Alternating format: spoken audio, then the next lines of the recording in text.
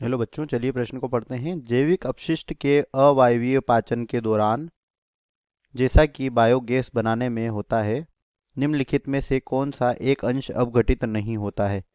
तो हमें यहाँ पर प्रश्न में पूछा गया है कि जैविक अपशिष्ट से जो अवायवीय पाचन के द्वारा बायोगैस बनाई जाती है, तो इस दौरान कौन सा एक अंश जो है वह अपघटित नहीं होता। पहला विकल्प है लिपिड, दूसरा है हेमीसेल्यूलोज, तीसरा है लिग्निन और चौथा है सेलुलोज।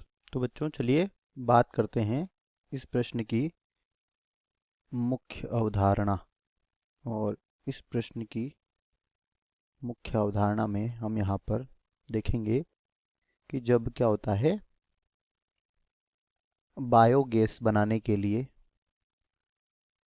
ठीक है, ठीक ठीक से लिख लेते हैं यहाँ पर। जब बायोगैस बनाने के लिए जैविक अपशिष्ट का क्या किया जाता है, जैविक अपशिष्ट जो होते हैं इनका अवायवीय पाचन किया जाता है। क्या कराया जाता है? अवायवीय पाचन कराया जाता है। यानी कि अवायवीय पाचन यानी कि ऑक्सीजन की अनुपस्थिति में होने वाला पाचन क्या कहलाता है? अवायवीय पाचन या अवायवीय श्वसन। और ऑक्सीजन की अनुपस्थिति में यहाँ पर क्या होता है, जो सूक्ष्म जीव होते हैं, क्या होते हैं, जो सूक्ष्म जीव होते हैं जैसे कि मिथेनोजन, क्या होते हैं, जो मिथेनोजन होते हैं, यह जैविक अपशिष्ट जो होते हैं इनका अवायवीय पाचन करते हैं। और इससे क्या होती है, बायोगैस उत्पन्न होती है, जैसे कि मीथेन।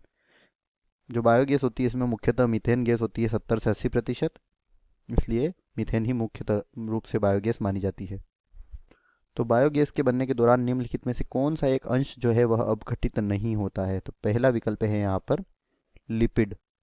और बच्चों, लिपिड जो होते हैं यह जैविक अपशिष्टों में बहुत कम मात्रा में होते हैं या होते ही नहीं है। और सूक्ष्म जीव जो होते हैं उनमें, बायोगैस का निर्माण करने वाले जो सूक्ष्म जीव होते हैं उनमें लिपिड को अपघटित करने वाले एंजाइम नहीं पाए जाते हैं।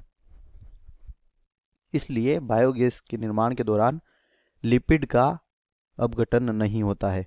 तो यही हमारा उत्तर होगा।